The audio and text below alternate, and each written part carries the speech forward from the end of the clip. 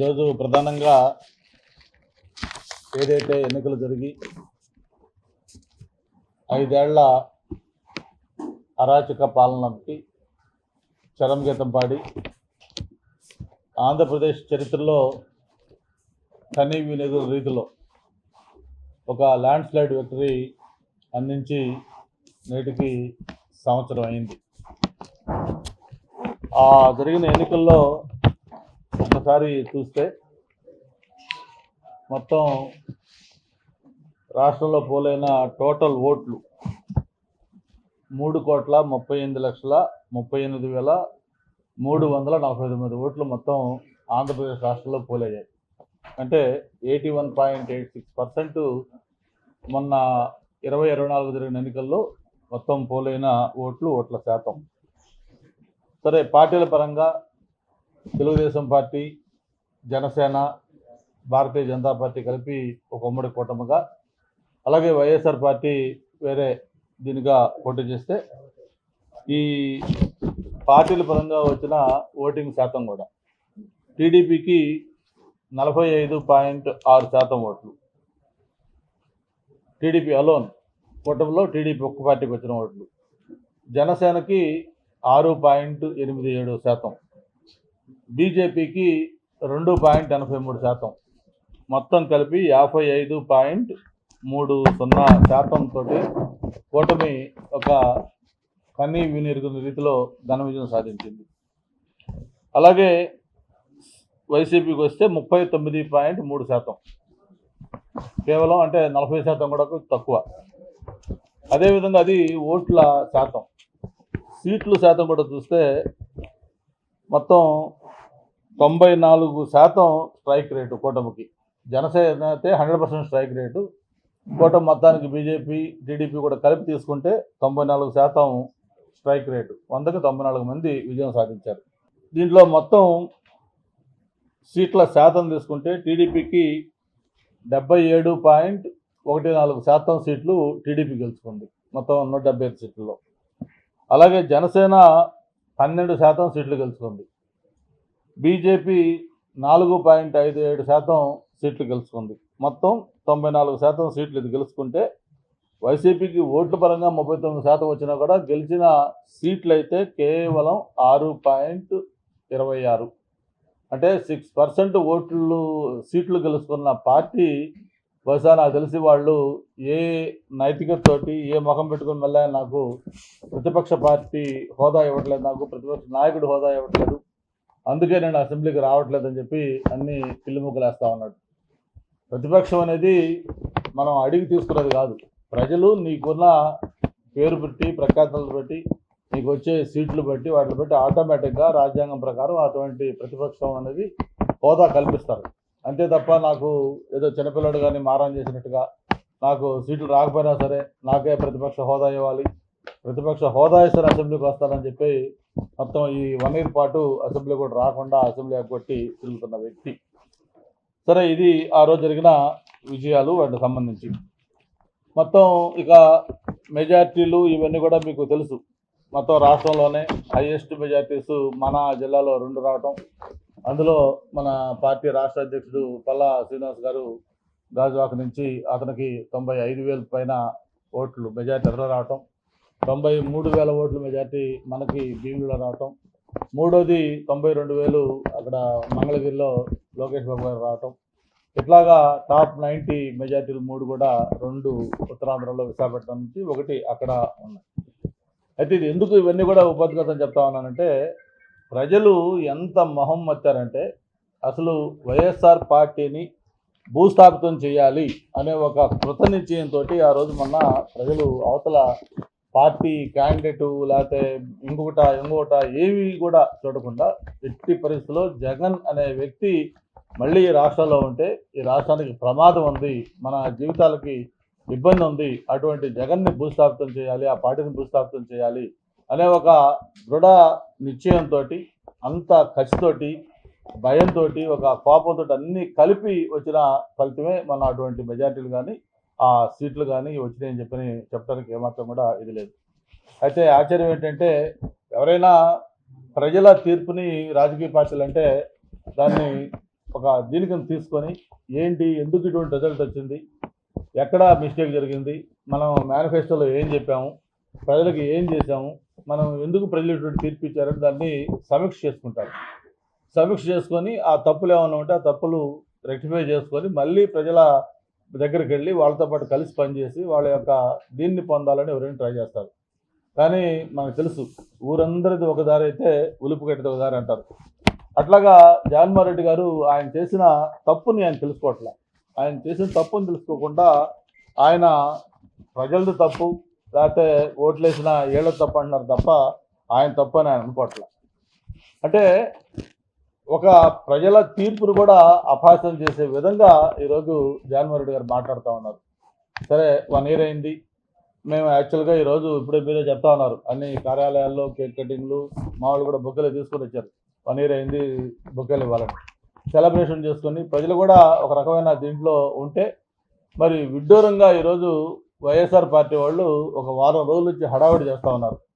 ఏదైతే ఈ రోజుని ఒక వెన్నుపోటు దినోత్సవంగా చేయాలి, విద్రోహ దినంగా చేయాలి, లేకపోతే ప్రజల్లో ఇవన్నీ కూడా చేయాలని ఒక వాళ్ళు నాయకులు కానీ లేకపోతే వాళ్ళ పార్టీ కార్యకర్తలు కానీ హడావుడి చేస్తూ నిన్న మొన్న మన నాయకులు పోస్టర్లు రిలీజ్ చేశారు. ఇవాళ ఇప్పుడే పొద్దు నుంచి చెప్తా ఉన్నారు మన వాళ్ళు అడిగితే అక్కడక్కడ రోడ్ల మీద ఈ పెట్టుకొని తిరుగుతూ లేకపోతే వాళ్ళు పత్రికా సమావేశాలు పెట్టి వాళ్ళు కూడా హడావుడి చేస్తున్నారు. నేను మీ ద్వారా వాళ్ళని ఒకటే అడుగుతున్నాను, అసలు అతనికి మైండ్ బహుశా నాకు తెలిసి మొన్న వచ్చిన రిజల్ట్కి ప్రజలు చూపిస్తున్న ఆదరణకి దీనికి చూసి జగన్మోహన్ రెడ్డి బహుశా మైండ్ బ్లాక్ అయిపోయి ఉంటుంది. ఆయనకి ఏమాత్రం దిమాకా బాగుంటే ఇటువంటి తీర్పుని ఎందుకు ఇచ్చారు అనేది సమీక్ష చేసుకోకుండా ఇంకా ప్రజలను అపహాస్యం చేసే విధంగా ఎలాంటి కార్యక్రమాలు చేస్తే నేను గతంలో చెప్పినట్టుగా అది మునుగుతున్న పడవ అని చెప్పింది కాదు, ఇక అది పడవ మునిగిపోయింది. ఆల్రెడీ అది పూర్తిగా మునిగిపోయినట్టే. చరిత్రలో మళ్ళీ చదువుకునే విధంగా అలాంటి పరిస్థితి వస్తుంది.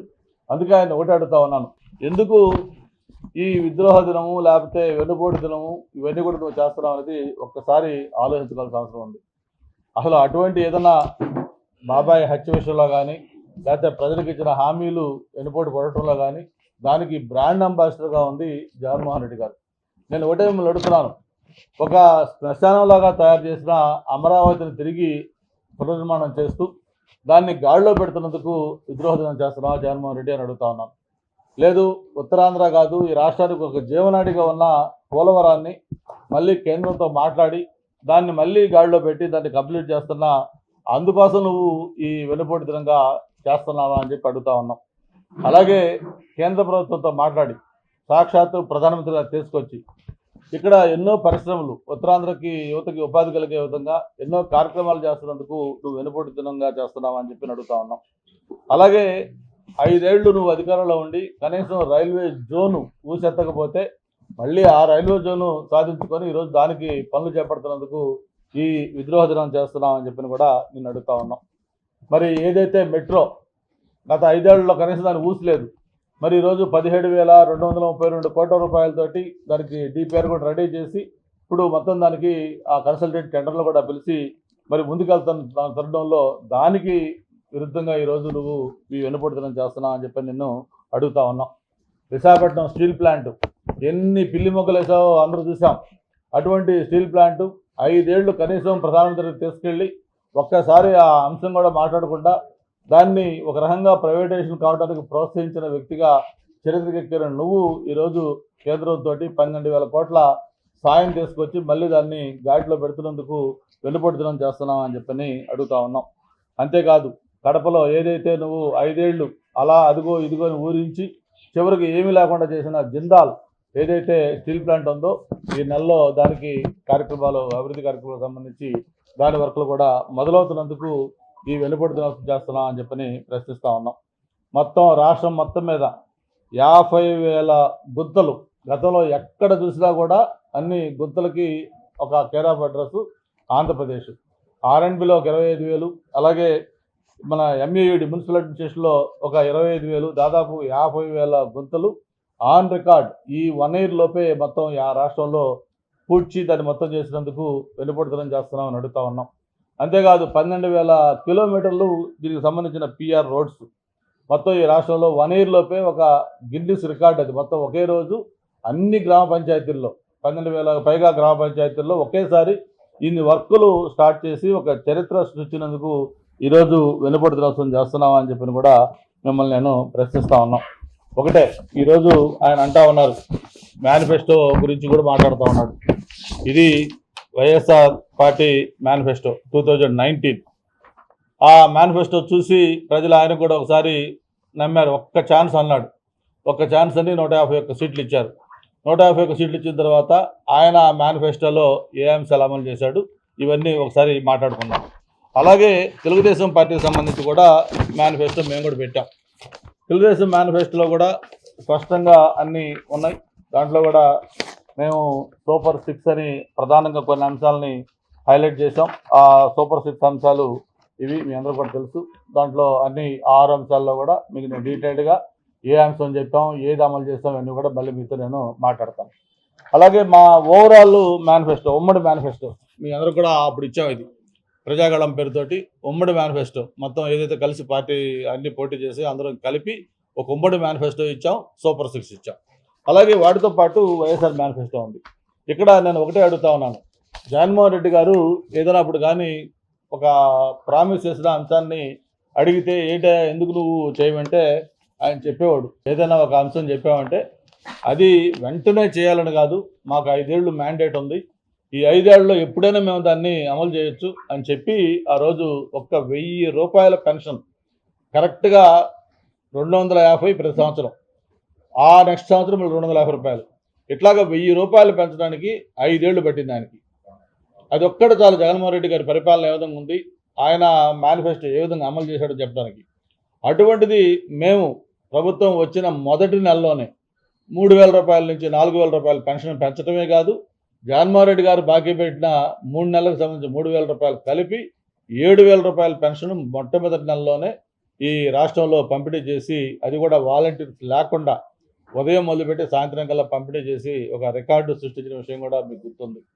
మరి అటువంటి ప్రభుత్వం జగన్మోహన్ రెడ్డిది అయితే ఇలా చెప్పిన మాటని తూచా తప్పకుండా మొదటి నెలలోనే అమలు చేసిన ప్రభుత్వం మంది. మరి దీనికి అందుకే నేను మీకు అడుగుతా ఉన్నాను, మీడియా మిత్రులనే దీన్ని కోఆర్డినేట్ చేయమన్నాను. మీ ద్వారా జగన్మోహన్ రెడ్డి గారికి కానీ ఆ పార్టీ నాయకులు ఎవరైతే ఈ మధ్య కొంచెం ఎక్కువ మాట్లాడుతూ ఉన్నారు, వైఎస్ఆర్ పార్టీ ఏం చేసిందో గొప్పలు చెప్పుకుంటూ తెలుగుదేశం ప్రభుత్వం ఈ కూటమి ప్రభుత్వం ఏ విధంగా ఫెయిల్ అయిందో ఆ నాయకులు కూడా నేను బహిరంగంగా సవాలు విసురుతా ఉన్నాం. మా మేనిఫెస్టోతో నేను వస్తాను, లేకపోతే మా నాయకులు వస్తాం. మీ మేనిఫెస్టో ఏదైతే 2019 మేనిఫెస్టోలో మీరు చెప్పారో అందులో మీరు అమలు చేశారో మేము అమలు చేసాము. జర్నలిస్ట్ ఫోరం ద్వారా ఒక బహిరంగ చర్చకి మేము సిద్ధంగా ఉన్నాం. మీకు దమ్ము ధైర్యం ఉంటే ఇటువంటి వెన్నుపోటు దినాలు లాంటి చెత్త చెదారం కార్యక్రమాలు కాకుండా ఒక కన్స్ట్రక్టివ్ డిస్కషన్కి రండి. మీరు కానీ జర్నలిస్టుల ముందు ఇదిగో మేము చెప్పిన ఈ 10 హామీలు, ఈ 10 హామీల్లో మేము 5 హామీలు అమలు చేశామని మీరు చెప్పినా కూడా రాజకీయాల నుంచి మేము శాశ్వతంగా మానేస్తాం. అదే మేము చెప్పిన హామీలు ఎన్ని అమలు చేసాం ఈ 1 ఇయర్లో మేము చెప్పడానికి మేము సిద్ధంగా ఉన్నాం.